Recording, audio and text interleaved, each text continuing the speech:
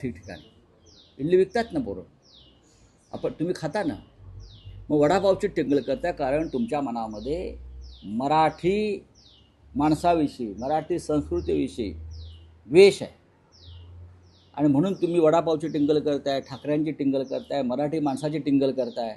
आपण या राज्याचे मुख्यमंत्री आहेत देवेंद्र साहेब.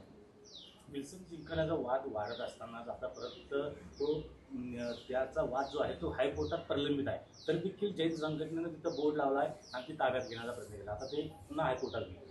गिरगावच्या मराठी संघटनाने गिरगावातल्या हा जो जिमखाना आहे ज्याच्यावर आता हा बोर्ड लागलेला आहे तो गिरगावच्या मराठी संघटनाने आपल्या ताब्यात द्यावा आणि आम्ही त्याची किंमत अदा करतो कळवलं होतं. पण मराठी माणसाला तो जिमखाना मिळाला नाही. तर तो कोणाला मिळाला तर लोढांना मिळाला. लोढा सर्व काही लोढांना मिळतं आहे.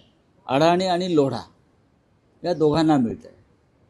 आता मला काल कोणीतरी सांगितलं की झूचं सेंटर हॉटेलला सुद्धा लोढांनी पत्रे मारले.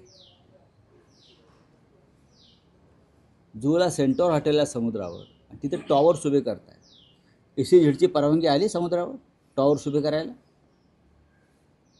SEZची किंवा केंद्रीय परवानग्या ज्या इतरांना सहज मिळत नाहीत तिथे टॉवर्स उभे करण्याला लोढाला परवानगी मिळाली का?